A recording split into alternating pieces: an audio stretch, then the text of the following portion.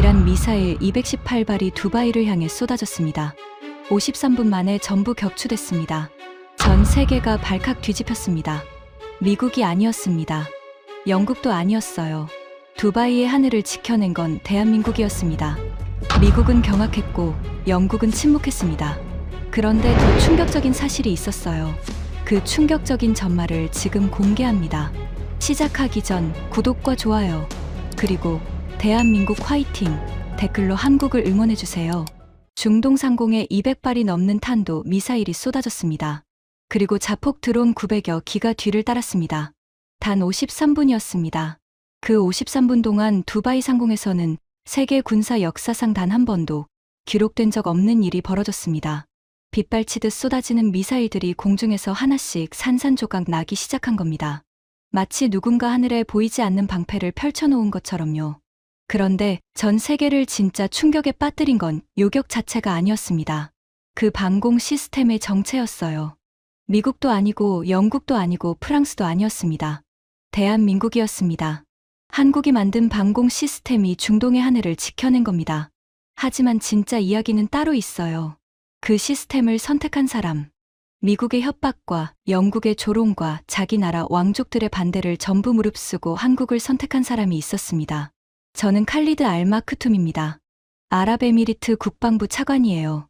그리고 그날 밤 53분의 기적을 만든 건 저희 서명 한 장이었습니다. 28개월 전으로 돌아가겠습니다. 이 이야기의 진짜 시작점으로요. 아부다비 국방부 본관 7층 회의실이었습니다. 에어컨이 섭씨 19도로 맞춰져 있었는데도 제 등줄기에는 땀이 흐르고 있었어요. 둥근 테이블 주위로 14명이 앉아 있었습니다. UAE 군 수뇌부와 왕세자 직속 안보자문단이었어요. 테이블 위에는 3개의 바인더가 놓여 있었습니다. 파란색 바인더. 미국 레이시온의 패트리어트 PAC-3 MSE 제안서였습니다. 빨간색 바인더. 영국 BAE 시스템즈의 통합방공 제안서였어요. 그리고 초록색 바인더. 한국의 통합방공 시스템 제안서였습니다. 저는 3개의 바인더를 번갈아 바라보면서 심장이 빠르게 뛰는 것을 느꼈어요. 오늘 이 회의실에서 UAE의 하늘을 누구에게 맡길 것인지가 결정됩니다. 그리고 그 결정의 무게가 제 어깨 위에 고스란히 올라와 있었습니다. 회의실 문이 열렸습니다. 압둘라 알카심이 들어왔어요. 왕세자 직속 안보자문관이었습니다. 맞춤 제작한 군복 위에 왕실 문양이 달린 어깨 장식이 번쩍였어요. 걸음걸이부터 달랐습니다. 이 회의실에서 자신이 가장 중요한 사람이라는 걸 아는 사람의 걸음이었죠. 압둘라는 제 맞은편에 앉으면서 파란색 바인더를 손끝으로 톡톡 두드렸습니다. 그 작은 동작 하나에 의미가 담겨 있었어요. 답은 이미 정해져 있다는 뜻이었습니다. 저는 그 손끝을 바라보면서 이를 악물었어요. 브리핑이 시작되었습니다. 첫 번째 발표자는 미국 측이었어요. 제임스 브래들리, 주 UAE 미국 국방무관이었습니다. 50대 중반의 덩치 큰 남자였어요. 패트리어트 포병대대에서 20년을 복무한 뒤 국방부 해외군사 판매 부서를 거쳐 중동에 부임한 사람이었습니다. 군복이 아닌 감색 정장을 입고 있었지만 걸음걸이는 여전히 군인이었어요. 브래들리는 파워포인트 첫 장을 띄우면서 회의실을 한 바퀴 둘러봤습니다. 여유로운 눈빛이었어요. 마치 결과를 이미 알고 있는 사람처럼요. 패트리어트 시스템은 걸프전부터 42년간 실전에서 검증된 유일한 방공 체계입니다. 브래들리의 목소리가 회의실에 낮고 묵직하게 깔렸어요. 화면에는 걸프전, 이라크전, 사우디 후시, 반군 대응까지 패트리어트의 실전 기록이 연대순으로 나열되어 있었습니다. 42년치 데이터였어요. 두껍고 단단한 역사였습니다. 총 도입 비용 82억 달러. 회의실에 잠깐 침묵이 흘렀어요. 82억 달러.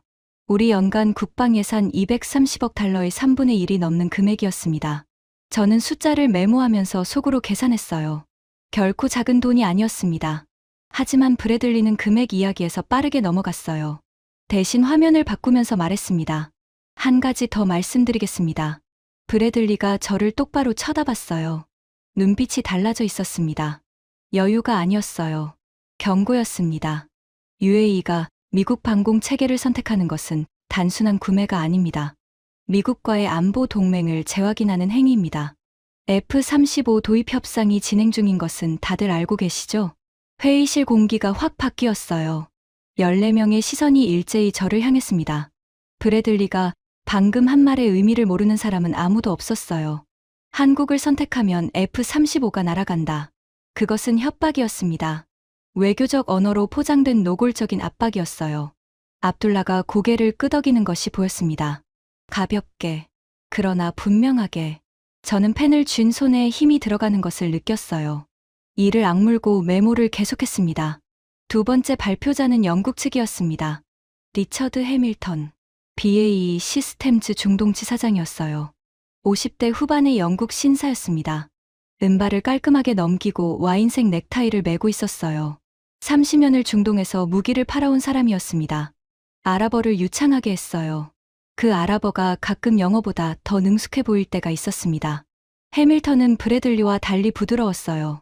목소리도 낮았고 제스처도 절제되어 있었습니다.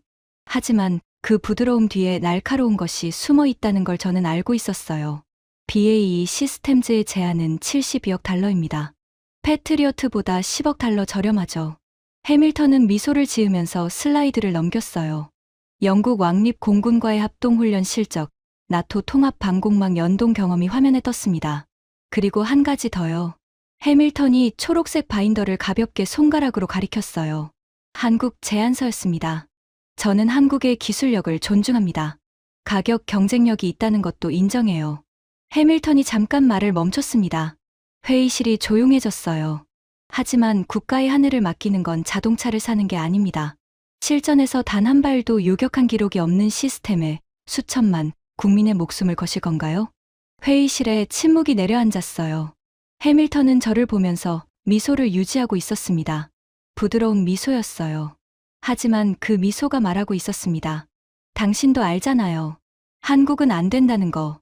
저는 가슴이 답답해지는 것을 느꼈어요. 해밀턴의 말이 틀리지 않았기 때문이었습니다. 실전 기록 제로. 그것은 사실이었어요. 부정할 수 없는 사실이었습니다. 세 번째 발표는 한국 측이었어요. 화상회의로 진행되었습니다. 한국방위사업청 관계자와 제조사 기술이사가 화면에 나타났어요. 프레젠테이션은 깔끔했습니다. 수치도 인상적이었어요.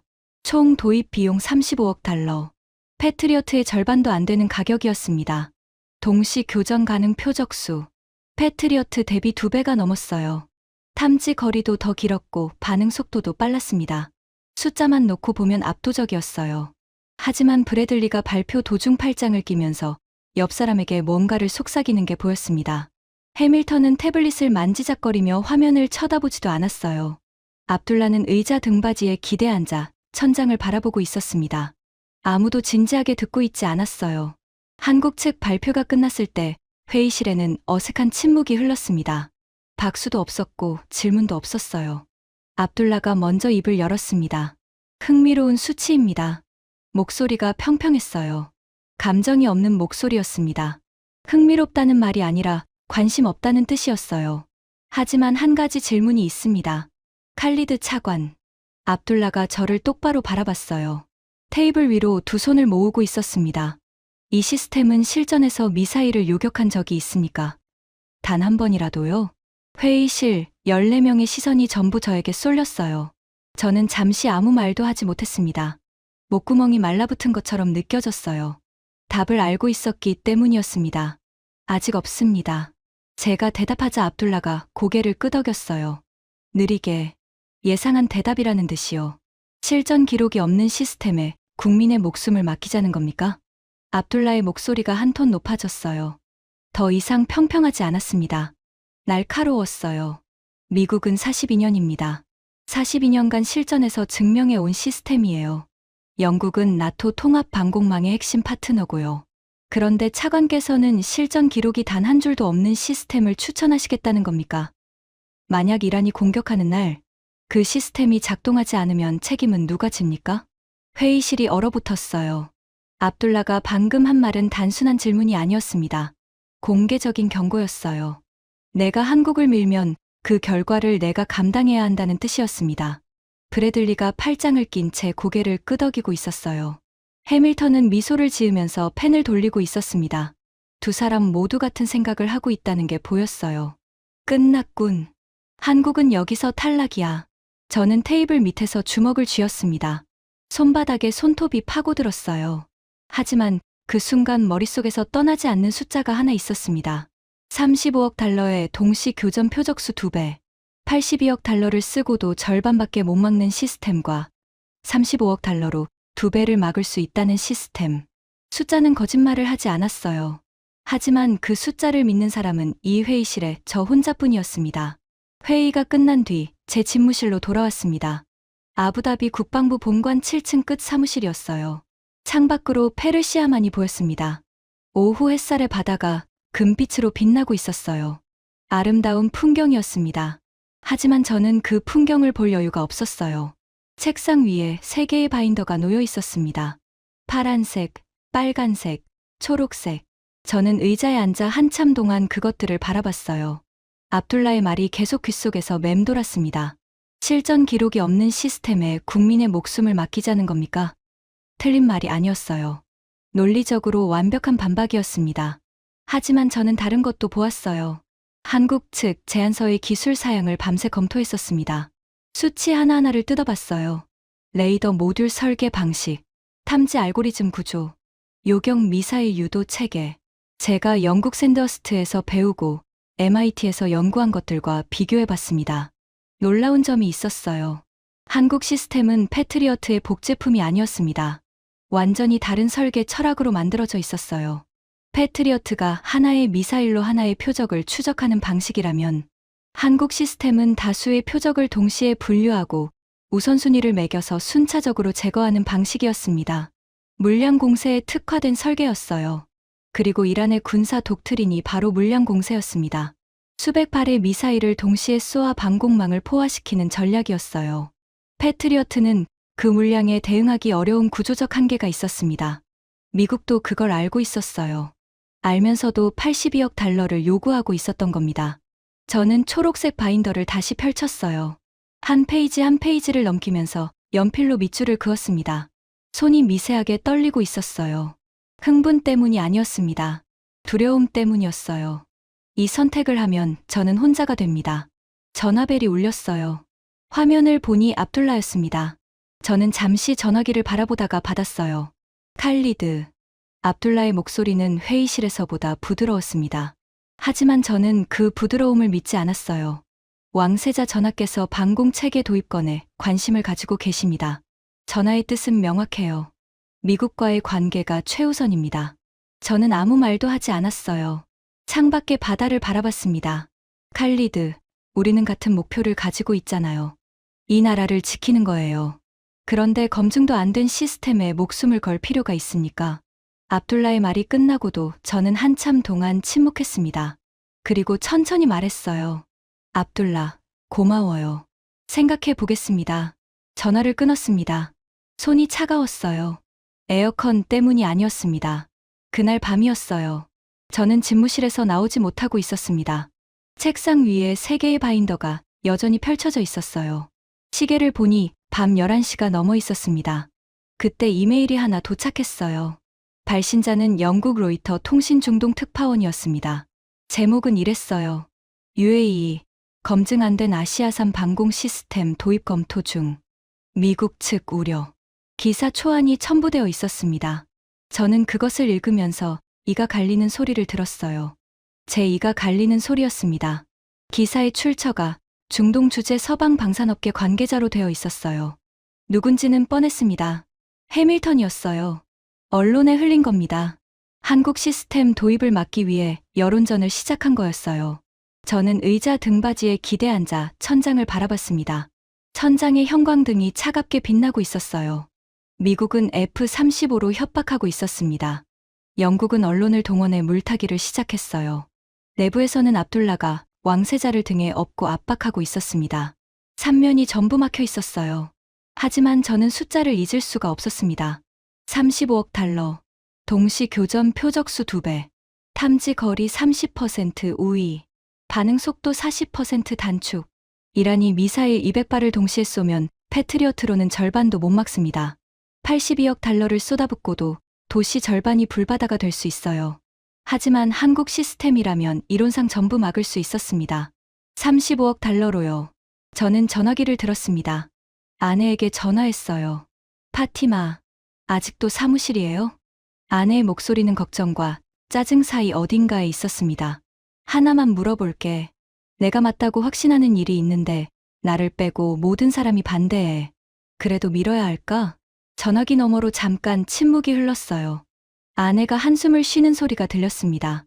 칼리드, 당신이 확신한다면 밀어야죠. 당신은 항상 그래왔잖아요. 저는 눈을 감았어요. 그리고 천천히 말했습니다. 내가 틀리면 우리 가문은 끝이야. 알고 있지? 알아요. 아내의 대답은 짧았지만 단단했습니다. 전화를 끊고 저는 자리에서 일어났어요.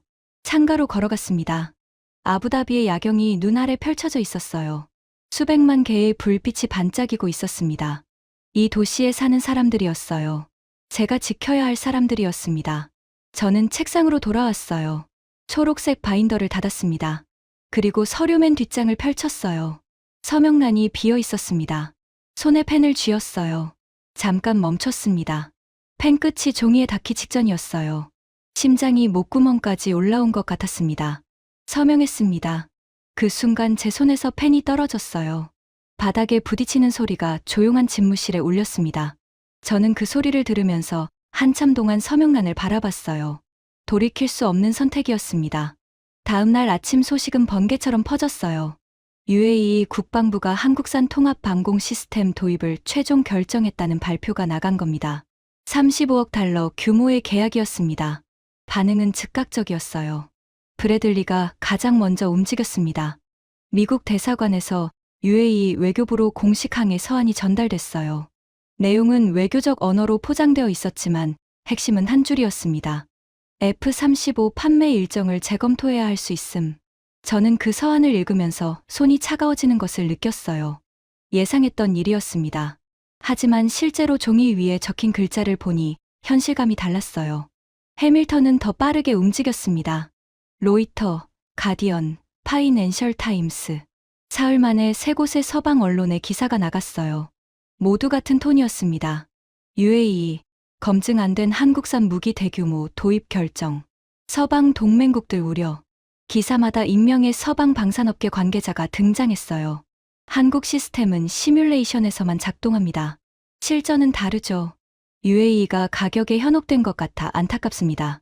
이것은 과학 프로젝트 수준의 장비입니다. 저는 그 기사들을 하나하나 읽으면서 주먹을 쥐었다 폈다를 반복했어요. 하지만 가장 뼈아팠던 건 내부에서 온 공격이었습니다. 압둘라가 왕세자에게 별도 보고서를 올렸어요. 제목이 K방공 시스템 도입 결정의 위험성 분석이었습니다. 보고서 요약 첫 줄이 이랬어요. 칼리드 알 마크툼 차관이 국가 안보를 35억 달러짜리 도박에 걸었습니다. 도박이라고 했어요. 제 결정을 도박이라고 불렀습니다. 왕세자는 저를 직접 호출하지 않았어요. 하지만 측근을 통해 메시지가 전해졌습니다. 차관의 판단을 신뢰하지만 결과에 대한 책임은 전적으로 차관에게 있다.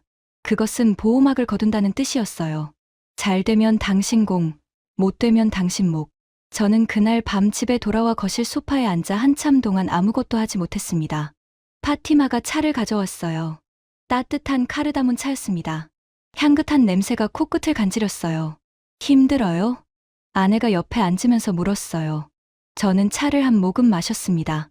뜨거운 액체가 목을 타고 내려갔어요. 잠깐이지만 몸이 풀리는 것 같았습니다. 압둘라가 왕세자에게 보고서를 올렸어. 내 결정이 도박이라고. 도박이 아니잖아요. 맞아. 도박이 아니야. 하지만 증명하기 전까지는 도박이야. 아내가 아무 말 없이 제 손을 잡았어요. 따뜻한 손이었습니다. 저는 창밖을 바라봤어요. 아부다비의 밤하늘에 별이 뿌려져 있었습니다. 저 하늘 너머 페르시아만 건너편에 이란이 있었어요. 수백 기의 탄도 미사일이 우리를 겨냥하고 있었습니다. 그 미사일이 날아오는 날, 제가 선택한 시스템이 작동해야 합니다. 반드시요. 하나라도 뚫리면 이 도시의 누군가가 죽어요. 그리고 그 책임은 오롯이 저희 것이었습니다. 저는 아내의 손을 꽉 쥐었어요. 그리고 속으로 되뇌었습니다. 35억 달러, 14년간 개발된 시스템, 동시 교전 표적수 2배, 물량 공세 대응 특화 설계. 숫자는 거짓말을 하지 않아요. 하지만 숫자가 진실이 되려면 실전이 필요했습니다. 그 실전이 오기를 바라는 것은 아니었어요. 하지만 준비는 해야 했습니다.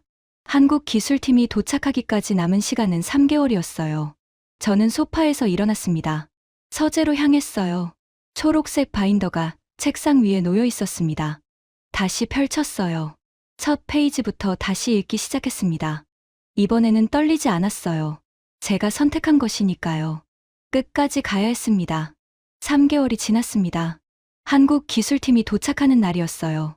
아부다비 국제공항 VIP 통로에서 저는 파이살 준장과 나란히 서 있었습니다. 파이살은 제가 직접 지명한 방공사령부 작전 책임자였어요. 영국 왕립 군사학원 출신의 미 공군 교환근무 경험까지 있는 사람이었습니다. 패트리어트를 직접 운용해본 몇 안 되는 UAE 군인이었어요. 파이살은 옆에 서서 조용히 말했습니다. 차관님, 솔직히 말씀드려도 됩니까? 말해요. 저도 아직 확신이 없습니다. 패트리어트는 제가 직접 다뤄봤어요. 작동 원리도 알고 한계도 압니다. 그런데 한국 시스템은 카탈로그 수치밖에 본 게 없습니다. 저는 고개를 끄덕였어요.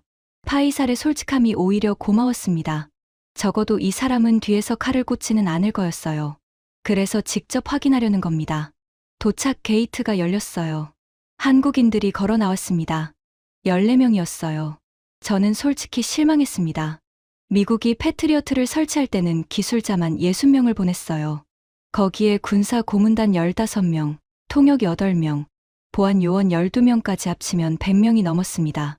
그런데 한국은 14명이었어요. 고작 14명. 선두에 선 사람이 다가왔습니다. 이정우. 현장 기술팀장이었어요. 40대 초반으로 보였습니다. 키가 크지도 작지도 않았어요. 얼굴에 특별한 특징이 없었습니다. 눈에 띄지 않는 사람이었어요. 군복도 아니고 정장도 아닌 짙은 남색 작업복을 입고 있었습니다. 어깨에 작은 가방 하나만 메고 있었어요.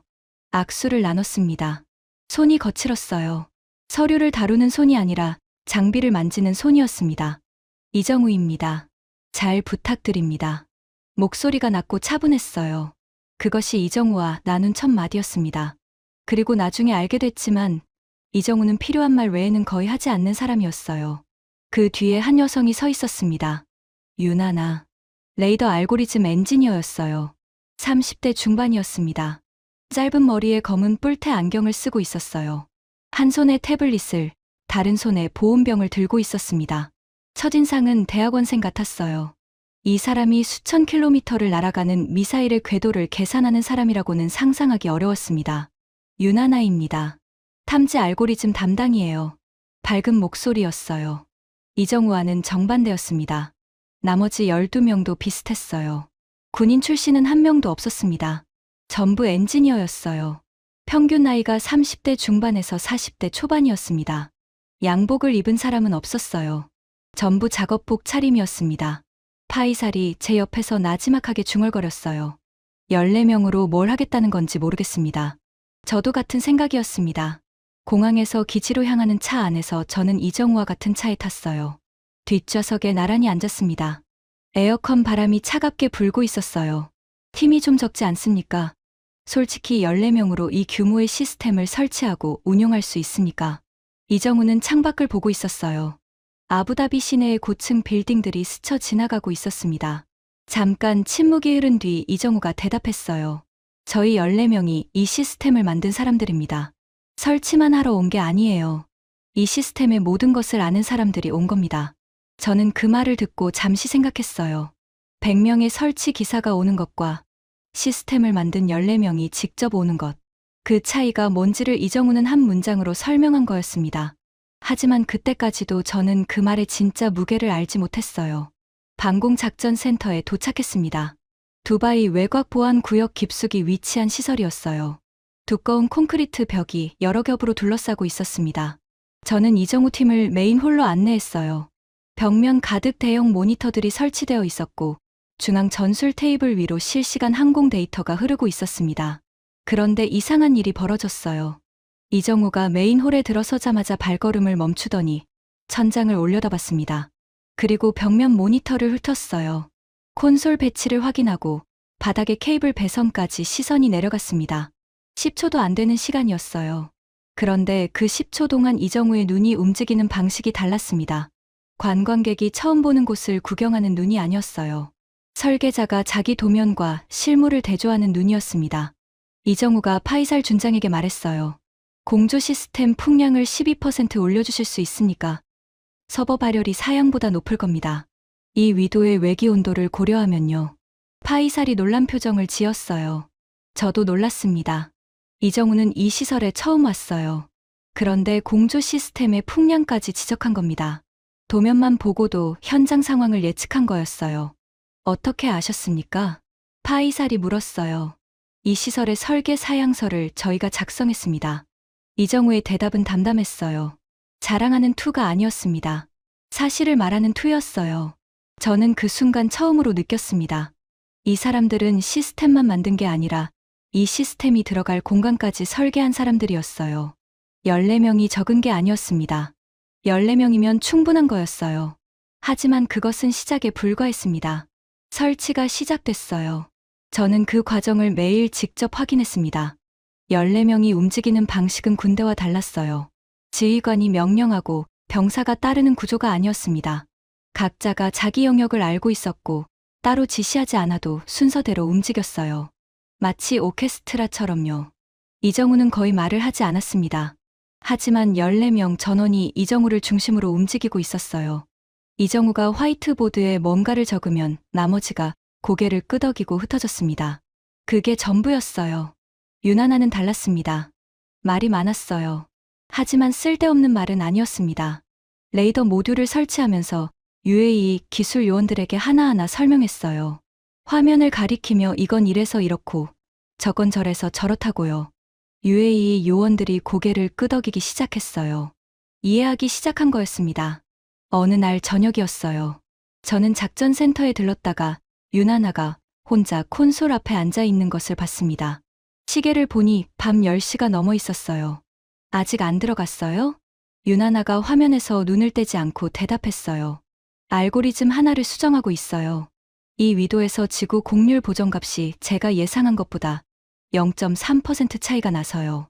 0.3%면 무시할 수 있는 수준 아닙니까? 저는 그렇게 물었어요. 솔직히 0.3%는 오차 범위 아니었습니다. 유나나가 그때 처음으로 화면에서 눈을 떼고 저를 봤어요. 안경 너머 눈이 진지했습니다. 실전에서 0.3%가 50m예요. 50m면 미사일이 빌딩 하나를 비키느냐 맞추느냐의 차이입니다. 저는 아무 말도 할 수 없었어요. 고개를 끄덕이고 물러났습니다. 0.3%, 50m, 빌딩 하나. 그 밤 숙소로 돌아오면서 저는 처음으로 생각했어요. 이 사람들은 숫자를 다루는 게 아니라 생명을 다루고 있었습니다. 설치가 완료된 건 도착 17일 만이었어요. 미국이 패트리어트를 설치할 때 45일이 걸렸습니다. 기술자 60명이 달라붙어서 45일이었어요. 한국은 14명으로 17일 만에 끝냈습니다. 파이살 준장이 저에게 보고하면서 고개를 갸웃거렸어요. 솔직히 믿기지 않습니다. 혹시 대충 한 건 아닌지 검수를 한 번 더 해야 하지 않겠습니까? 저도 같은 생각이었습니다. 그래서 합동 시연을 요청했어요. 시연 당일이었습니다. 작전센터 메인홀에 30명 가까이 모였어요. UAE 군 수뇌부, 파이살 준장의 방공사령부 참모들, 그리고 한국 기술팀 14명. 거기에 한 사람이 더 있었습니다. 제임스 브래들리였어요. 브래들리가 왜 왔는지는 뻔했습니다. 한국 시스템의 약점을 직접 확인하러 온 거였어요. 미국 대사관에서 옵저버 자격으로 참관을 요청했고 외교적으로 거절하기 어려웠습니다. 브래들리는 메인홀 뒤쪽 의자에 앉아 팔짱을 끼고 있었어요. 다리까지 꼬고 있었습니다. 여유로운 자세였어요. 보러 왔다기보다는 구경하러 왔다는 포즈였습니다. 시연이 시작됐어요. 이정우가 중앙 콘솔에 앉았습니다. 유나나가 옆 보조석에 자리를 잡았어요. 가상 시나리오가 로딩되었습니다. 시나리오 내용은 이랬어요. 이란이 탄도 미사일 60발과 자폭 드론 200기를 동시에 발사. 목표는 두바이 도심과 아부다비 핵심 시설. 파이살이 저에게 귓속말을 했어요. 이 시나리오는 제가 설계했습니다. 패트리어트 기준으로는 대응이 불가능한 수준이에요. 저는 고개를 끄덕였어요. 일부러 어려운 시나리오를 넣은 거였습니다. 한계를 보려는 거였어요. 화면에 붉은 점들이 나타나기 시작했어요. 60개의 탄도 미사일 궤적과 200개의 드론 궤적이 동시에 표시됐습니다. 화면이 붉은색으로 가득 찼어요. UAE 참모들 사이에서 술렁임이 일었습니다. 이 규모를 처음 보는 사람들이 대부분이었어요. 이정우는 움직이지 않았어요. 화면을 바라보고 있었습니다. 5초, 10초, 아무것도 하지 않았어요. 파이살이 불안한 표정을 지었습니다. 뒤쪽에서 브래들리가 팔짱을 풀고 몸을 앞으로 기울이는 것이 보였어요. 그때 이정우의 손이 움직였어요. 빨랐습니다. 그런데 서두르는 빠름이 아니었어요. 정확한 빠름이었습니다. 키보드를 2번 치자 화면이 바뀌었어요. 260개의 표적이 자동으로 분류되기 시작했습니다. 탄도 미사일은 속도와 궤도별로, 드론은 고도와 접근 방향별로 색깔이 나뉘었어요. 빨강, 주황, 노랑, 초록, 위협, 등급순이었습니다. 3초 만에 260개 표적의 우선순위가 정렬됐어요. 파이살이 제 팔을 잡았습니다. 손에 힘이 들어가 있었어요. 파이살은 패트리어트를 직접 운용해 본 사람이었습니다. 그 파이살이 화면을 보면서 입을 벌리고 있었어요. 차관님, 패트리어트로는 이게 15초 걸립니다. 그리고 동시에 분류 가능한 표적이 24개가 한개예요. 3초에 260개. 패트리어트는 15초에 24개. 유나나가 태블릿에서 데이터를 확인하면서 이정우에게 짧게 한국어로 말했어요. 저는 알아듣지 못했지만 이정우가 고개를 한번 끄덕이는 것은 봤습니다. 가상 요격이 시작됐어요. 시스템이 자동으로 우선순위에 따라 요격 미사일을 배정하고 최적 발사 시점을 계산했습니다. 화면 위에서 흰 점들이 하나씩 올라가 붉은 점들과 만났어요. 만날 때마다 붉은 점이 사라졌습니다. 하나, 둘, 셋, 넷. 사라지는 속도가 점점 빨라졌어요. 시스템이 학습하고 있는 것처럼 보였습니다. 처음에는 하나씩 처리하더니 나중에는 동시에 3개, 4개씩 처리하기 시작했어요. 회의실이 조용해졌습니다. 아까까지 술렁이던 UAE 참모들이 전부 입을 다물고 화면을 바라보고 있었어요. 8분이 지났어요. 가상 시나리오가 종료됐습니다. 화면에 결과가 떴어요. 탄도 미사일 60발 중 58발 요격, 자폭 드론 200기 중 187기 격추, 종합 요격률 94.2%. 파이살이 의자에서 일어섰어요. 그리고 다시 앉았습니다. 뭐라 말하려다 그만둔 것 같았어요. 저는 뒤를 돌아봤습니다. 브래들리를 보려고요. 브래들리의 표정이 달라져 있었어요. 팔짱도 풀려 있었고 다리도 내려와 있었습니다. 몸이 앞으로 기울어져 있었어요. 화면을 뚫어지라 쳐다보고 있었습니다. 여유로운 구경꾼의 자세가 아니었어요. 분석가의 자세였습니다. 하지만 브래들리는 금방 표정을 추스렸어요. 의자 등받이에 다시 기대앉으며 말했습니다. 목소리가 크지 않았지만 조용한 홀에서 모두가 들을 수 있었어요. 인상적인 시뮬레이션이네요. 하지만 시뮬레이션은 시뮬레이션이죠. 실전은 변수가 다릅니다. 그 한마디에 UAE 참모들 사이에서 고개가 움직였어요. 몇 명이 끄덕였습니다. 브래들리의 말도 틀리지 않았기 때문이었어요. 이정우는 아무 반응도 하지 않았습니다. 화면을 바라보고 있었어요. 마치 안 들은 것처럼요. 하지만 유나나는 달랐어요. 유나나가 태블릿을 들고 일어섰습니다. 그리고 브래들리를 똑바로 바라보면서 말했어요. 이 시뮬레이션에 사용된 탄도 미사일 궤도 데이터는 이란 혁명수비대의 실제 발사 패턴을 역분석한 겁니다. 지난 5년간 후시 반군과 헤즈볼라를 통해 수집된 이란 미사일의 비행 특성 데이터 1200건을 반영했어요. 브래들리의 눈이 미세하게 움직였어요. 저는 그것을 놓치지 않았습니다. 유나나가 계속했어요. 물론 시뮬레이션과 실전은 다릅니다. 그래서 저희는 모든 변수의 15% 오차 범위를 적용했어요. 최악의 경우를 가정한 수치입니다. 브래들리가 아무 말도 하지 않았어요. 잠시 뒤 의자에서 일어나 메인 홀을 나갔습니다. 복도에서 전화하는 소리가 희미하게 들렸어요. 저는 그 뒷모습을 보면서 묘한 감정을 느꼈습니다. 통쾌함이었을까요? 아니요. 그보다는 안도감이었어요. 아직 실전이 아니었지만 적어도 숫자가 제 선택을 뒷받침하고 있었습니다. 파이살이 저에게 다가왔어요. 목소리를 낮추고 말했습니다. 차관님, 저도 패트리어트를 직접 다뤄봤지만 이건 처음 보는 수준입니다. 동시 교전 능력이 이 정도라면 이란의 물량 공세에 대한 해답이 될 수 있어요. 저는 고개를 끄덕였습니다. 파이살이 인정하기 시작한 거였어요. 패트리어트를 직접 운용해 본 사람이 말이에요. 하지만 시연이 끝난 뒤에도 저를 찾아온 사람이 있었어요. 리처드 해밀턴이었습니다. 해밀턴은 작전센터 주차장에서 저를 기다리고 있었어요. 검은색 레인지로버 앞에 서서 팔짱을 끼고 있었습니다. 은발에 와인색 넥타이. 항상 깔끔한 사람이었어요. 칼리드, 잠깐 이야기 좀 할 수 있을까요? 해밀턴의 알아보는 유창했습니다. 30년간 중동에서 무기를 팔아온 사람이었으니까요. 오늘 시연을 봤습니다. 해밀턴이 미소를 지으며 말했어요. 인상적이었어요. 정말로요. 한국 엔지니어들이 대단하다는 건 인정합니다. 여기서 끝이 아니라는 건 알고 있었어요. 하지만 이 올 거였습니다. 하지만 칼리드, 당신도 군인 출신이니까 아시잖아요. 시뮬레이션에서 94%가 나와도 실전에서는 70%만 나와도 다행입니다. 패트리어트가 걸프전에서 처음 실전 투입됐을 때 얼마가 나왔는지 아세요? 저는 알고 있었어요. 하지만 가만히 들었습니다. 40%대였어요. 그 40%를 42년 동안 개선해서 지금의 패트리어트가 된 겁니다.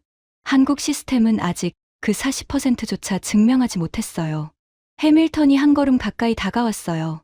목소리를 낮추며 말했습니다. 칼리드, 지금이라도 늦지 않았어요. BAE가 특별 할인 조건을 준비할 수 있습니다. 기존 견적에서 20% 할인. 여기에 영국 공군과의 합동훈련 패키지까지요. 어떻습니까? 저는 해밀턴의 눈을 바라봤어요. 부드러운 미소 뒤에 간절함이 보였습니다.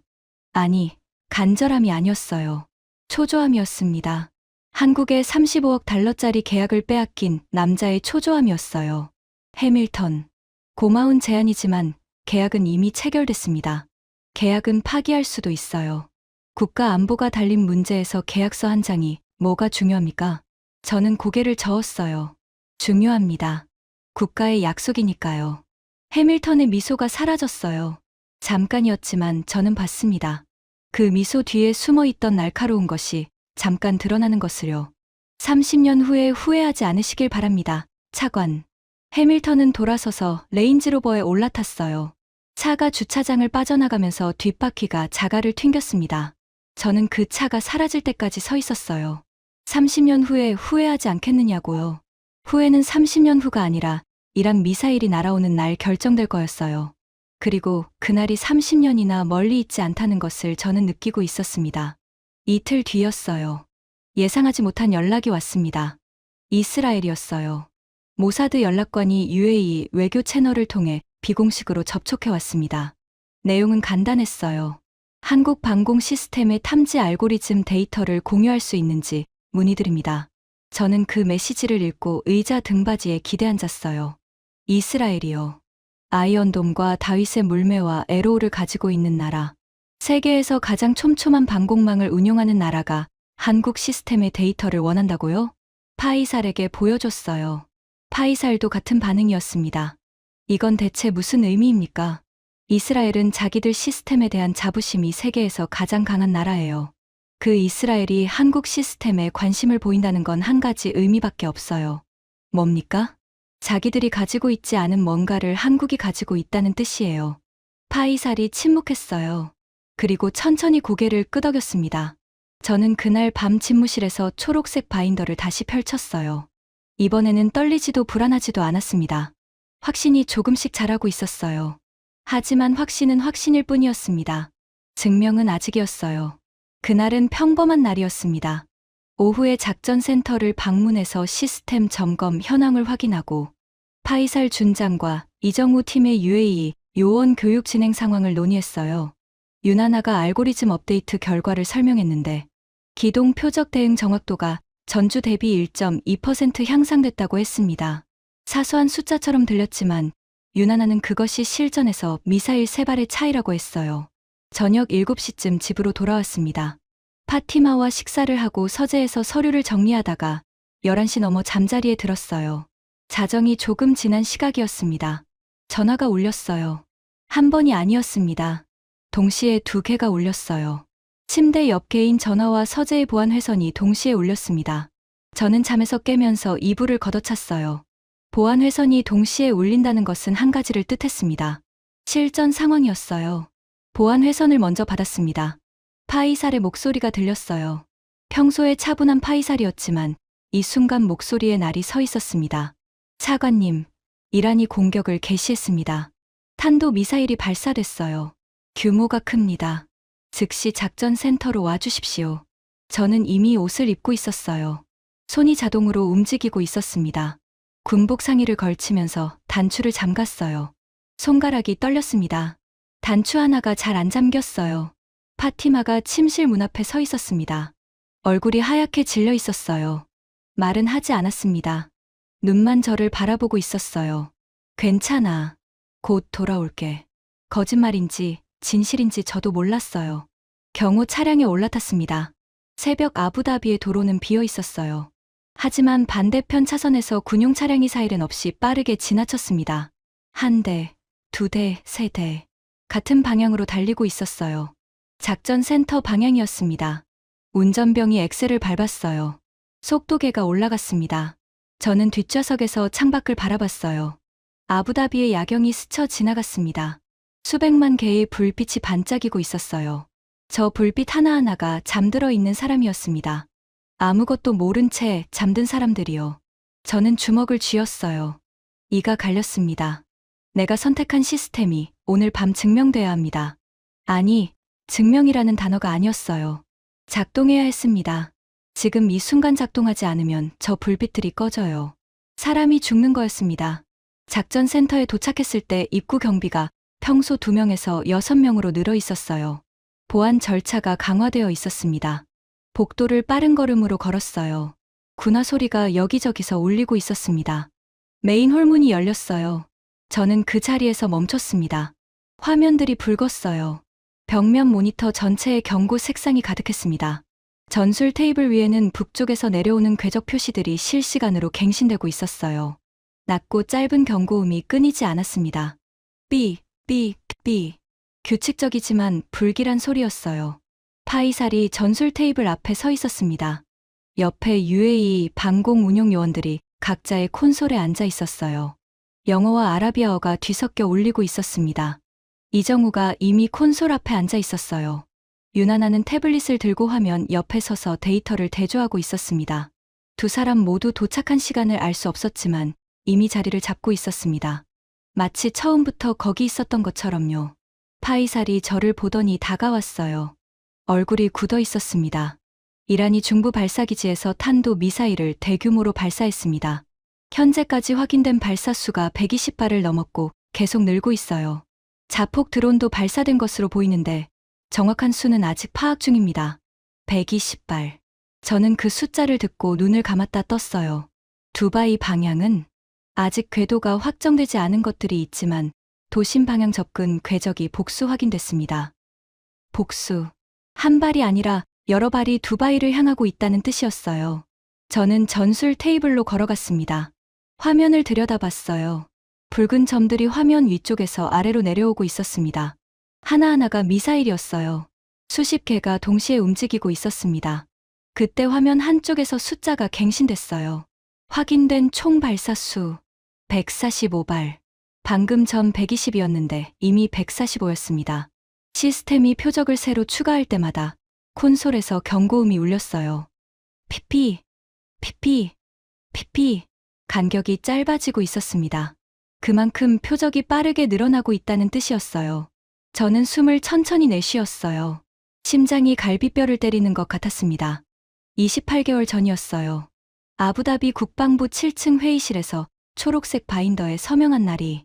그때 제 손이 떨렸던 것처럼 지금 제 심장이 떨리고 있었습니다. 하지만 그때와 다른 것이 하나 있었어요. 그때는 선택의 순간이었습니다.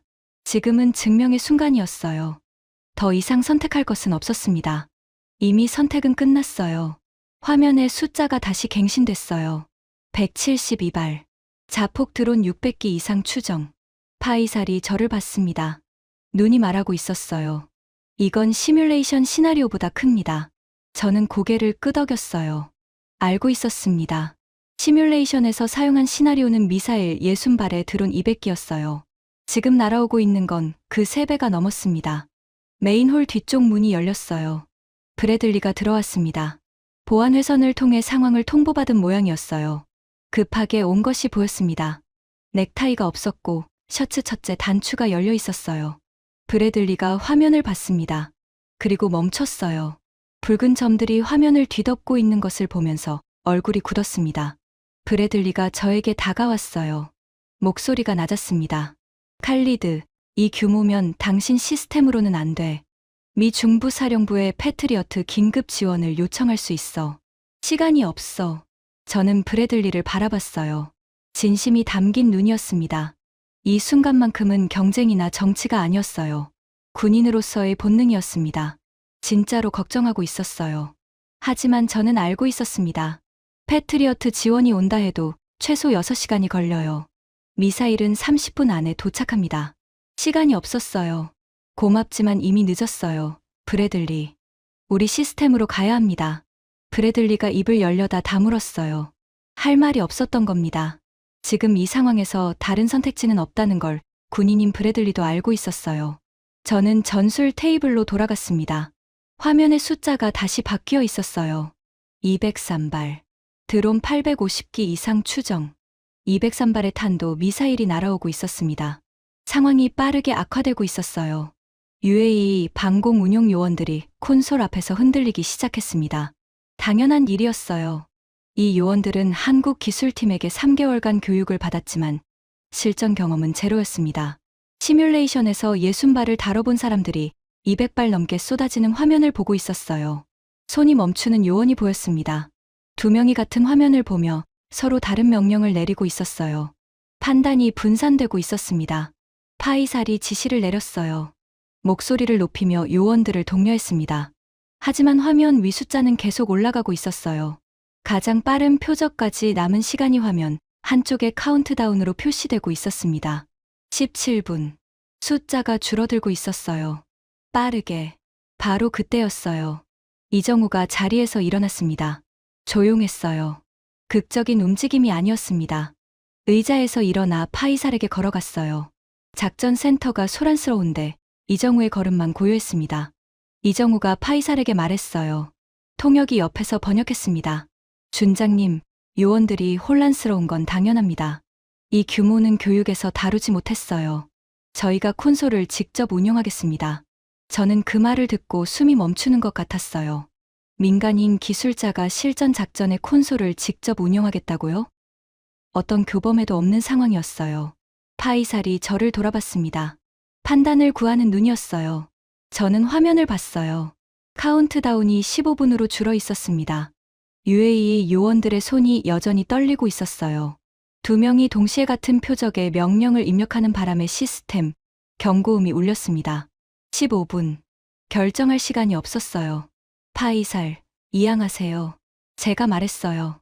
짧은 문장이었지만 그 한마디가 입 밖으로 나오기까지 28개월간의 모든 무게가 실려 있었습니다. 파이살이 고개를 끄덕였어요. 그리고 작전센터에 명령을 내렸습니다. 모든 운용 권한을 한국 기술팀으로 이양한다. 작전센터가 잠시 조용해졌어요. UAE 요원들이 서로를 바라봤습니다. 이게 맞나 하는 눈빛이었어요.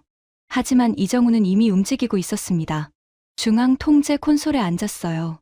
윤하나가 옆 보조석에 자리를 잡았습니다. 두 사람이 화면을 나눠 맡았어요. 이정우는 표적 분류와 요격 우선순위를, 윤하나는 궤도 계산과 요격 타이밍을 담당했습니다. 나머지 한국 기술팀 12명도 움직였어요. 각자의 담당 콘솔에 앉았습니다. 아무도 큰 소리를 내지 않았어요. 짧은 한국어만 오갔습니다.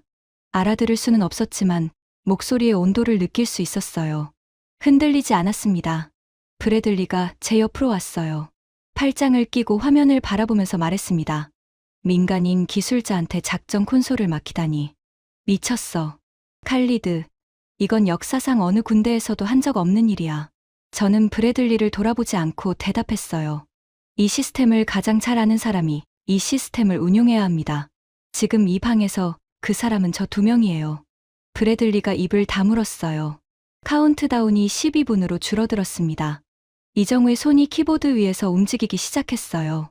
화면에 표시된 203개 이상의 표적들의 우선순위가 매겨지기 시작했습니다.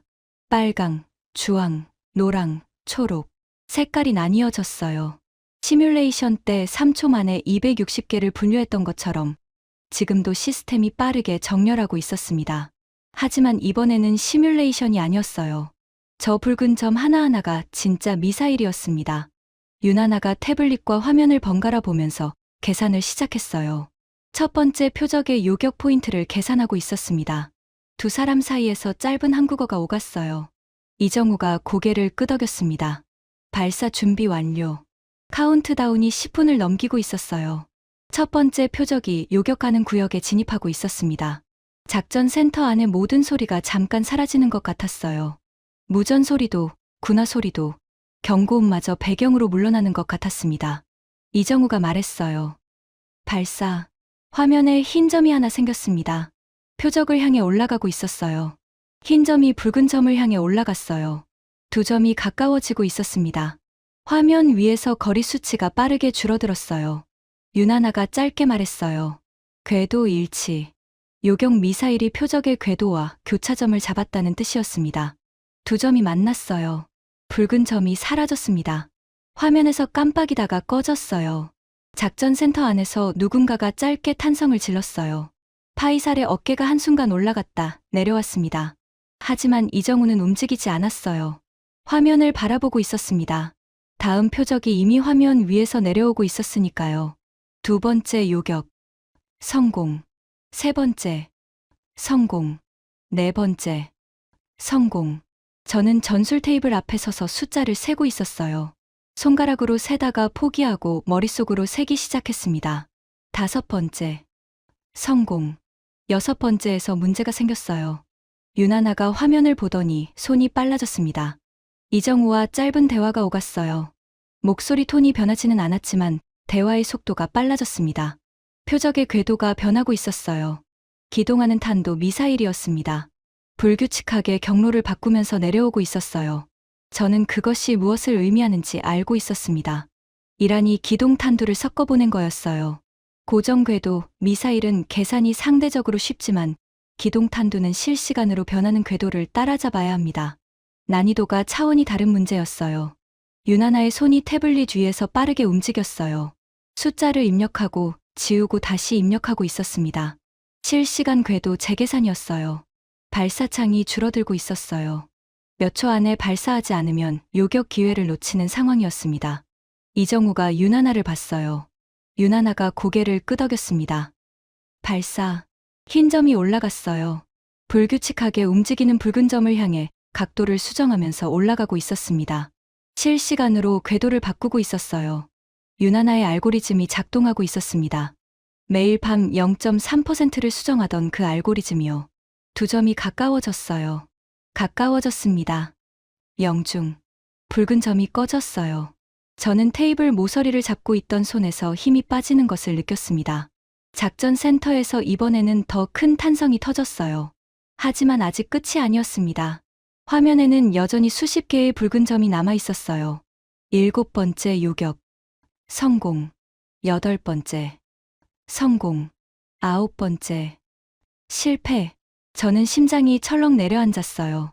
화면에서 붉은 점 하나가 요격 미사일을 회피하고 계속 내려오고 있었습니다. 이정우의 손이 바로 움직였어요. 2차 요격 미사일을 배정했습니다. 유나나가 수정된 궤도를 계산했어요. 2차 발사. 흰 점이 다시 올라갔습니다. 이번에는 다른 각도에서 접근했어요. 영중. 붉은 점이 꺼졌습니다. 저는 숨을 내쉬었어요. 가슴이 조여들었다 풀리는 것을 반복하고 있었습니다. 10번, 11번, 12번. 연속으로 성공했어요. 시간이 흐르면서 이정우와 유나나의 움직임이 하나의 리듬을 만들어내고 있었어요. 이정우가 표적을 지정하면 유나나가 계산하고, 이정우가 발사하면 유나나가 다음 표적의 궤도를 미리 분석하고 있었습니다. 두 사람 사이에 말이 점점 줄었어요. 끄덕임과 짧은 단어만으로 소통하고 있었습니다. 14년을 함께 만들어 온 사람들의 호흡이었어요. 20번째 요격이 성공했을 때 저는 시계를 봤습니다. 첫 발사로부터 18분이 지나 있었어요. 그때 화면에 새로운 경고가 떴습니다. 기동 탄두 3발이 동시에 접근하고 있었어요. 3발 모두 불규칙하게 궤도를 바꾸면서 내려오고 있었습니다. 서로 다른 방향에서 동시에 접근하고 있었어요. 이란이 의도적으로 방공망을 포화시키려는 패턴이었습니다. 파이살이 화면을 보면서 얼굴이 하얘졌어요. 세발 동시 기동 탄도는 시뮬레이션에서도 안 해본 시나리오입니다. 저도 알고 있었어요. 이건 상정하지 못한 상황이었습니다. 브래들리가 화면을 보면서 중얼거렸어요. 패트리어트도 이건 못 막아. 기동 탄두 세발 동시 교전은 이론상 불가능해. 저는 이정우를 봤어요. 이정우의 등이 보였습니다. 콘솔 앞에 앉아 화면을 바라보는 등이었어요. 미동도 없었습니다. 유나나의 손이 미친 듯이 태블릿 위에서 움직이고 있었어요. 세 발의 궤도를 동시에 계산하고 있었습니다. 한 손으로 태블릿을 잡고 다른 손으로 화면의 데이터를 확인하고 있었어요. 10초가 지났어요. 20초.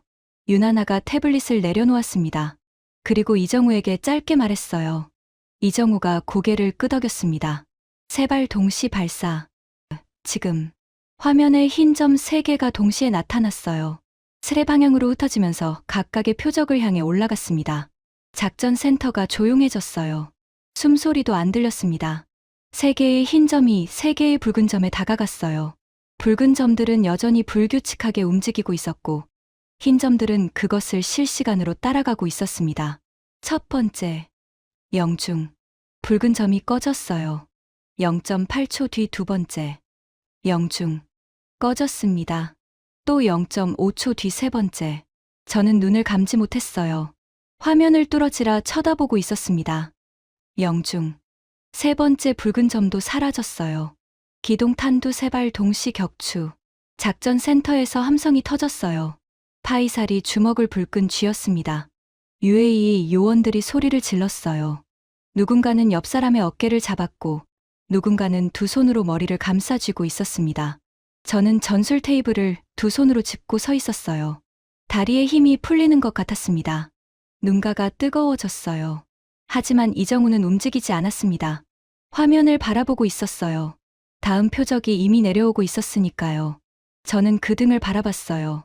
넓지 않은 등이었습니다. 군인의 등이 아니라 엔지니어의 등이었어요. 하지만 그 등 위에 이 도시의 하늘이 올라가 있었습니다. 브래들리는 아무 말도 하지 않고 서 있었어요. 메모장을 꺼내 뭔가를 적다가 멈추고 화면을 바라보다가 다시 적기를 반복하고 있었습니다. 분석가의 본능이 돌아온 것 같았어요. 하지만 손이 떨리는 것이 보였습니다. 요격은 계속됐어요. 30번째, 40번째, 50번째. 시간이 흐를수록 이정우와 유나나의 움직임이 더 정교해졌어요. 시스템이 실전 데이터를 축적하면서 예측 정확도가 올라가고 있었습니다. 처음에 6번째에서 한 번 실패했던 것과 달리 40번째 이후로는 1차 요격 성공률이 눈에 띄게 높아졌어요. 53분이 지났습니다. 화면에서 마지막 붉은 점이 사라졌어요. 경보음이 멈췄습니다. 작전 센터 안이 갑자기 조용해졌어요. 아까까지 울리던 경고음이 멈추자 그 침묵이 오히려 귀를 먹먹하게 만들었습니다. 파이살이 무전기에 대고 짧게 말했어요. 작전 종료. UAE 요원들이 긴 숨을 내쉬었어요. 누군가의 어깨가 무너지듯 내려앉았습니다. 오랜 시간 긴장을 유지하고 있던 사람들이 비로소 그것을 놓는 순간이었어요. 저는 콘솔 쪽을 바라봤습니다. 이정우는 여전히 자리에 앉아 있었어요. 화면, 데이터를 확인하고 있었습니다. 유나나도 태블릿을 들고 수치를 정리하고 있었어요. 작전이 끝났는데 두 사람은 아직 콘솔 앞에 있었습니다. 저는 그 모습을 바라보면서 눈가가 다시 뜨거워지는 것을 느꼈어요. 끝이 아니었어요. 이 사람들에게는 끝이 아니었습니다. 작전이 끝난 뒤에도 데이터를 정리하고 분석하고 다음을 준비하는 사람들이었어요. 14년을 그렇게 살아온 사람들이었습니다. 파이살이 최종 요격 결과를 보고받기 시작했어요. 저는 옆에서 들었습니다. 이란이 발사한 탄도 미사일 총 218발, 자폭 드론 937기, 그중 두바이 방향으로 확인된 탄도 미사일 표적 67발, 드론 284기, 그리고 요격 결과. 저는 그 숫자를 듣고 파이살에게 다시 한번 확인했어요. 잘못 들은 것이라고 생각했기 때문이었습니다. 파이살이 천천히 다시 한번 읽어줬어요. 맞았습니다. 저는 두 손으로 얼굴을 감쌌어요. 손가락 사이로 뜨거운 것이 흘러내렸습니다. 28개월이었어요. 28개월 전 저는 초록색 바인더에 서명했습니다. 미국의 협박과 영국의 조롱과 내부의 배신을 무릅쓰고요. 그때 제 손이 떨렸어요. 지금 제 손도 떨리고 있었습니다. 하지만 이유가 달랐어요. 53분. 53분 만에 모든 것이 증명됐습니다. 파이살이 최종 집계를 마쳤습니다. 종이 한 장을 들고 제 앞에 섰어요. 손이 미세하게 떨리고 있었습니다. 패트리어트를 직접 운용해 본 군인의 손이 떨리고 있었어요. 차관님, 최종 결과입니다. 파이살이 숫자를 읽기 시작했어요. 두바이 방향탄도 미사일 67발, 요격 성공 64발, 요격률 95.5%, 자폭 드론 284기, 격추 271기, 격추율 95.4%, 기동탄두 포함 전체 표적 351개, 종합 요격률 95.4%. 저는 그 숫자를 듣고 파이살에게 물었어요. 다시 한번 읽어주세요. 파이살이 천천히 다시 읽었습니다. 같은 숫자였어요. 95.4%. 저는 의자 등받이에 기대 앉았어요. 천장을 바라봤습니다. 형광등 불빛이 흐릿하게 보였어요. 눈가가 젖어 있었기 때문이었습니다. 시뮬레이션에서 94.2%가 나왔었어요. 통제된 환경에서 가상 표적을 상대로 나온 수치였습니다. 그때도 인상적이었어요. 그런데 실전에서 95.4%가 나왔습니다. 시뮬레이션보다 실전이 더 높았어요. 이것은 상식적으로 불가능한 일이었습니다. 어떤 무기 체계든 실전 성능은 시뮬레이션보다 떨어지는 게 정상이에요. 변수가 많고 스트레스가 있고 예상치 못한 상황이 발생하니까요. 하지만 이 시스템은 실전에서 더 잘 작동했어요. 시스템이 실전 데이터를 실시간으로 학습하면서 예측 정확도가 올라간 거였습니다. 브래들리가 다가왔어요. 파이살에게서 종이를 건네받아 숫자를 확인했습니다. 한 번, 두 번, 세 번, 세 번을 확인했어요. 그리고 종이를 내려놓으면서 말했습니다. 이건 불가능한 수치야. 브래들리의 목소리가 달라져 있었어요. 28개월 전 회의실에서 여유로운 표정으로 패트리어트를 설명하던 그 목소리가 아니었습니다. 3개월 전 시뮬레이션을 보면서 시뮬레이션은 시뮬레이션이죠 라고 말하던 목소리도 아니었어요. 당혹감이었습니다. 20년간 패트리어트를 분석해 온 사람이 자기가 알고 있는 세계의 규칙이 깨지는 것을 목격한 사람의 목소리였어요. 패트리어트의 역대 최고 실전 요격률이 얼마인지 아나? 브래들리가 저에게 물었어요. 물어보는 게 아니라 자기 자신에게 확인하는 것 같았습니다. 알고 있습니다. 저는 알고 있었어요. 그 수치는 오늘 밤 이 화면에 표시된 숫자보다 한참 아래에 있었습니다. 브래들리가 주머니에서 전화기를 꺼냈어요. 그리고 메인 홀을 나갔습니다. 복도에서 낮은 목소리가 들렸어요. 영어였습니다. 저는 몇 마디를 알아들었어요. 본국에 긴급 전문을 보내야 합니다. 지금 즉시요. 한국 시스템의 실전 데이터를 분석해야 합니다. 이건 우리가 알고 있는 수준이 아닙니다. 브래들리의 목소리에 다급함이 묻어 있었어요. 28개월 전 F-35로 협박하던 남자가 지금 본국에 긴급 보고를 하고 있었습니다. 한국 시스템을 분석해야 한다고요. 저는 그 목소리를 들으면서 가슴 속에서 뜨거운 것이 올라오는 것을 느꼈어요. 통쾌함이었을까요? 아니었어요. 그보다 깊은 감정이었습니다. 안도감이었어요. 그리고 동시에 무거운 책임감이었습니다. 95.4%. 그 숫자 뒤에 실패한 5%가 있었어요. 요격하지 못한 미사일 3발과 드론 13기. 그것들은 사막지대에 떨어졌어요. 인명피해는 없었습니다. 하지만 만약 그것들이 도심에 떨어졌다면요? 95.4%는 자랑할 숫자이기 전에 4.6%를 줄여야 하는 숫자였어요. 메인홀 뒤쪽 문이 다시 열렸어요. 이번에는 예상하지 못한 사람이었습니다. 리처드 해밀턴이었어요. 해밀턴이 왜 이 시간에 작전 센터에 있는지는 모르겠지만 아마 브래들리와 같은 경로로 상황을 통보받은 것 같았어요. 셔츠에 구김이 있었고 은발이 흐트러져 있었습니다. 30년간 깔끔함을 유지해온 해밀턴을 이런 모습으로 본 건 처음이었어요. 해밀턴은 메인홀에 들어서더니 벽면 모니터를 봤어요. 요격 결과가 화면에 표시되어 있었습니다. 해밀턴의 발걸음이 멈췄어요. 화면의 숫자를 바라봤습니다. 5초, 10초. 아무 말도 하지 않았어요. 그리고 돌아섰습니다. 한마디도 없이 메인홀을 나갔어요. 복도로 나가는 해밀턴의 뒷모습이 보였습니다. 등이 굽어 있었어요. 30년간 중동에서 무기를 팔아온 남자의 등이 처음으로 굽어 있었습니다. 복도에서 전화 소리가 희미하게 들렸어요. 런던에 연결해주세요. 지금 즉시. 한국 방공 시스템에 대한 기술 분석 보고서가 필요합니다. 긴급입니다. 저는 그 소리를 들으면서 입술을 깨물었어요. 28개월 전 해밀턴이 제게 했던 말이 떠올랐습니다. 30년 후에 후회하지 않으시길 바랍니다. 차관. 30년은커녕 28개월이었어요. 그리고 후회하는 건 저가 아니라 해밀턴이었습니다. 하지만 진짜 사이다는 그 다음이었어요. 새벽 4시가 넘은 시각이었습니다. 메인홀에 남아있는 사람은 많지 않았어요. 교대 인원들이 들어오고 있었고 밤새 근무한 요원들이 하나둘 빠져나가고 있었습니다.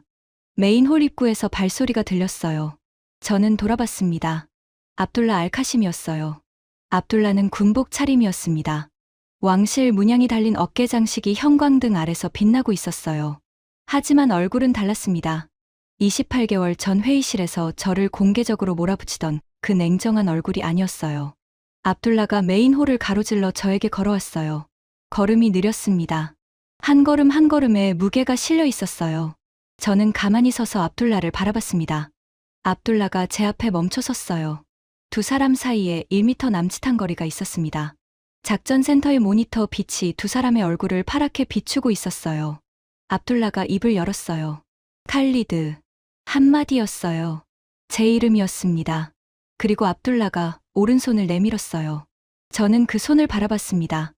28개월 전 파란색 바인더를 톡톡 두드리던 손이었어요. 왕세자에게 밀고 보고서를 올렸던 손이었습니다. 국가 안보를 도박에 걸었다고 쓴 손이었어요. 그 손이 지금 제 앞에 내밀어져 있었습니다. 당신이 옳았습니다. 압둘라의 목소리가 갈라졌어요. 짧은 문장이었지만 그 안에 28개월의 무게가 담겨 있었습니다. 저는 그 손을 잡았어요. 꽉 잡았습니다. 아무 말도 하지 않았어요. 할 필요가 없었습니다. 작전센터 안에 남아있던 사람들이 두 사람을 바라보고 있었어요. 파이살이 고개를 숙이고 있었습니다. 아까부터 눈가를 훔치고 있었어요. 압둘라가 손을 놓고 한 걸음 물러섰어요. 그리고 콘솔 쪽을 바라봤습니다. 이정우와 유나나가 여전히 자리에 앉아 데이터를 정리하고 있었어요. 작전이 끝난 지 1시간이 넘었는데 두 사람은 아직 거기 있었습니다. 압둘라가 그 두 사람의 등을 바라보면서 말했어요. 저 사람들한테 고마워요. 아니, 고맙다는 말로는 부족하네요. 저는 고개를 끄덕였어요. 부족했습니다. 어떤 말도 부족했어요. 저는 콘솔 쪽으로 걸어갔습니다. 이정우와 유나나 뒤에 잠시 서서 두 사람의 등을 바라봤어요. 이정우는 오늘 밤의 운용 기록을 정리하고 있었습니다. 어떤 표적에서 어떤 판단이 이루어졌는지, 발사 타이밍이 최적이었는지, 개선할 부분은 어디인지를 이미 기록하고 있었어요. 유나나는 요격 궤적 데이터를 분석하고 있었습니다. 기동탄두의 실제 궤도와 예측 궤도의 차이를 계산하고 있었어요. 알고리즘을 업데이트할 데이터를 뽑고 있었던 거예요. 작전이 끝난 지 1시간도 안 됐는데 이 사람들은 이미 다음을 준비하고 있었어요. 저는 이정우의 옆에 섰어요. 이정우가 화면에서 눈을 들어 저를 봤습니다. 이 팀장. 예. 오늘 밤 콘솔 앞에 앉았을 때 무섭지 않았습니까? 이정우가 잠시 생각하는 것 같았어요. 화면을 한번 보고 저를 다시 봤습니다. 그리고 말했어요. 시스템을 믿었습니다. 짧은 대답이었어요. 14년을 만들었으니까요. 그 14년 동안 저희가 빠뜨린 게 있다면 오늘 밤 드러났을 겁니다. 드러나지 않았어요. 시스템이 의도한 대로 작동한 겁니다. 저는 그 말을 들으면서 가슴속 깊은 곳에서 무언가가 내려앉는 것을 느꼈어요. 14년. 이 사람은 14년을 이 시스템에 걸었어요. 청춘을 통째로 넣은 거였습니다. 그리고 그 14년이 오늘 밤 53분 만에 증명된 거였어요. 저는 28개월을 걸었습니다. 제 경력과 가문의 명예를 걸었어요. 하지만 이정우는 14년을 걸었습니다. 그 무게가 비교되지 않았어요. 유나나가 태블릿에서 눈을 들었어요. 차관님, 기동탄두 3발 동시 격추 있잖아요. 네. 그거 솔직히 저도 되는지 확신이 없었어요. 유나나가 웃었습니다. 밤새 미사일 궤도를 계산하던 사람의 웃음이었어요. 피곤함과 안도감과 자부심이 섞인 웃음이었습니다. 그런데 됐잖아요. 알고리즘이 해냈어요. 유나나의 목소리에 감정이 담겨 있었어요. 매일 밤 0.3%를 수정하던 사람이 자기가 만든 것이 실전에서 작동하는 것을 본 거였습니다. 저는 고개를 끄덕였어요. 그리고 두 사람에게 말했습니다. 고맙습니다. 진심으로요. 이정우가 짧게 고개를 숙였어요. 유나나가 미소를 지었습니다. 그것으로 충분했어요. 저는 작전 센터를 나섰습니다. 밖으로 나오니 동쪽 하늘이 밝아오고 있었어요. 새벽 5시가 넘은 시각이었습니다. 사막 위로 첫 햇살이 퍼지기 시작하고 있었어요. 공기가 아직 차가웠습니다. 밤에 서늘함이 남아 있었어요. 저는 하늘을 올려다봤습니다. 맑은 하늘이었어요. 몇 시간 전까지 미사일이 날아오고 있었다는 게 믿기지 않았습니다. 하늘은 아무 일도 없었다는 듯 고요했어요. 두바이 쪽을 바라봤습니다. 도시의 스카이라인이 아침 햇살을 받아 금빛으로 물들기 시작하고 있었어요. 수백 미터짜리 초고층 건물들이 그대로 서 있었습니다. 무사히요. 저 도시에서 지금 사람들이 깨어나고 있었어요. 알람이 울리고 커피를 내리고 아이들을 학교에 보내고 있었을 거예요. 어젯밤 무슨 일이 있었는지 모른 채로요. 자기 머리 위로 미사일이 날아왔다는 것을 모른 채로요. 그리고 그 미사일을 막아낸 사람들이 아직 저 건물 안에서 데이터를 정리하고 있다는 것도 모른 채로요. 저는 전화기를 꺼냈습니다. 파티마에게 전화했어요. 끝났어. 다친 데 없어요? 없어. 괜찮아. 전화 너머로 아내가 숨을 내쉬는 소리가 들렸어요. 길게 참고 있던 숨이었습니다. 집에 와요. 조금만 더 있다가 갈게. 전화를 끊었어요. 하늘을 다시 올려다봤습니다. 28개월 전 이 하늘을 바라보면서 저는 두려웠어요. 이 하늘로 미사일이 날아오면 어떡하지? 내가 선택한 시스템이 작동하지 않으면 어떡하지? 그 두려움이 매일 밤 잠자리에서 저를 따라다녔습니다. 오늘 밤 그 두려움이 사라졌어요. 영원히. 오전이 되자 소식이 퍼지기 시작했어요. 왕세자가 직접 전화를 하셨습니다. 저에게요. 통화는 3분이 채 안 됐지만 그 3분 동안 왕세자는 2가지를 말씀하셨어요. 첫째, 한국 방공 시스템 추가 도입 계약을 즉시 추진하라. 둘째, 한국 기술팀에 대한 예우를 최고 수준으로 하라. 전화를 끊고 저는 잠시 가만히 앉아 있었어요. 이틀 뒤 사우디아라비아 국방부에서 연락이 왔습니다. 한국 방공 시스템에 대한 기술 설명회를 요청한다는 내용이었어요. 같은 날 카타르에서도 연락이 왔어요. 쿠웨이트에서도요. 일주일 안에 중동 5개국에서 문의가 쏟아졌습니다. 전부 같은 질문이었어요. 그 시스템을 우리도 살 수 있느냐고요. 브래들리는 사흘 뒤 워싱턴으로 소환됐어요. 미 국방부가 한국 방공 시스템에 대한 기술 분석 태스크포스를 긴급 편성했다는 소식이 전해졌습니다. 패트리어트를 만든 나라가 한국 시스템을 분석하겠다고 나선 거였어요. 해밀턴은 조용히 중동을 떠났습니다. BAE 시스템즈 중동 지사장직에서 교체됐다는 소식이 나중에 들렸어요. 30년간 중동에서 무기를 팔아온 남자의 마지막 중동 일정이 작전센터 복도에서 런던에 전화를 거는 것이었다는 게 아이러니했습니다. 저는 이 모든 소식을 들으면서 집무실 창밖을 바라봤어요. 페르시아만이 오후 햇살에 반짝이고 있었습니다. 28개월 전과 같은 풍경이었어요. 하지만 모든 것이 달라져 있었습니다. 한국 기술팀이 출국하는 날이었어요. 아부다비 공항 VIP 통로에서 저는 이정우와 마주섰습니다. 이 팀장, 한 가지만 물어도 됩니까? 예. 14년 전 이 시스템을 처음 만들기 시작했을 때 오늘 같은 날이 올 거라고 생각했습니까? 이정우가 잠시 생각했어요. 그리고 대답했습니다. 생각하지 않았습니다. 하지만 준비는 했어요. 저는 그 말을 들으면서 웃었어요. 이정우다운 대답이었습니다. 오늘 밤 올 거라고 생각하지 않았지만 올 때를 준비했다. 그게 14년이었다는 거죠? 네, 그렇습니다. 저는 이정우의 손을 잡았어요. 꽉 쥐었습니다. 이 팀장, 당신들이 지킨 건 두바이만이 아닙니다. 제 나라의 자존심이에요. 그리고 솔직히 말하면 저희 목이기도 합니다. 이정우가 처음으로 웃었어요. 3개월간 이 사람의 웃는 얼굴을 처음 봤습니다. 작은 미소였지만 그 안에 온기가 있었어요. 유나나가 옆에서 손을 흔들었어요. 차관님, 다음에는 0.3%가 아니라 0.1%까지 줄여올게요. 저는 웃었습니다. 0.3%, 50m, 빌딩 하나. 그 말이 떠올랐어요. 이 사람은 돌아가서도 또 밤새 알고리즘을 수정하겠죠. 14명이 게이트 너머로 사라지는 것을 저는 끝까지 바라봤어요. 돌아서면서 저는 생각했습니다. 진짜 신뢰는 어디서 오는 걸까요? 계약서에서 오지 않습니다. 동맹선언에서도 오지 않아요. 무기 전시회의 화려한 부스에서도 오지 않습니다. 82억 달러짜리 가격표에서도 오지 않아요. 진짜 신뢰는 미사일이 떨어지는 밤에 누가 콘솔 앞에 남아있느냐로 결정되는 겁니다. 28개월 전 저는 초록색 바인더에 서명하면서 손이 떨렸어요. 제가 건 건 제 경력도, 가문의 명예도, 왕세자의 신뢰도 아니었습니다. 제가 건 건 한국이라는 나라에 대한 믿음이었어요. 실전 기록이 없어도 14년을 묵묵히 만들어 온 사람들에 대한 믿음이었습니다. 숫자가 거짓말을 하지 않는다는 믿음이었어요. 그리고 그 믿음은 53분 만에 증명됐습니다. 무기를 만든 나라가 그 무기 앞에 끝까지 남았어요. 그것이 한국이었습니다. 가장 긴 밤이 지나고 가장 밝은 아침이 왔어요. 저는 공항을 나서며 하늘을 올려다봤습니다.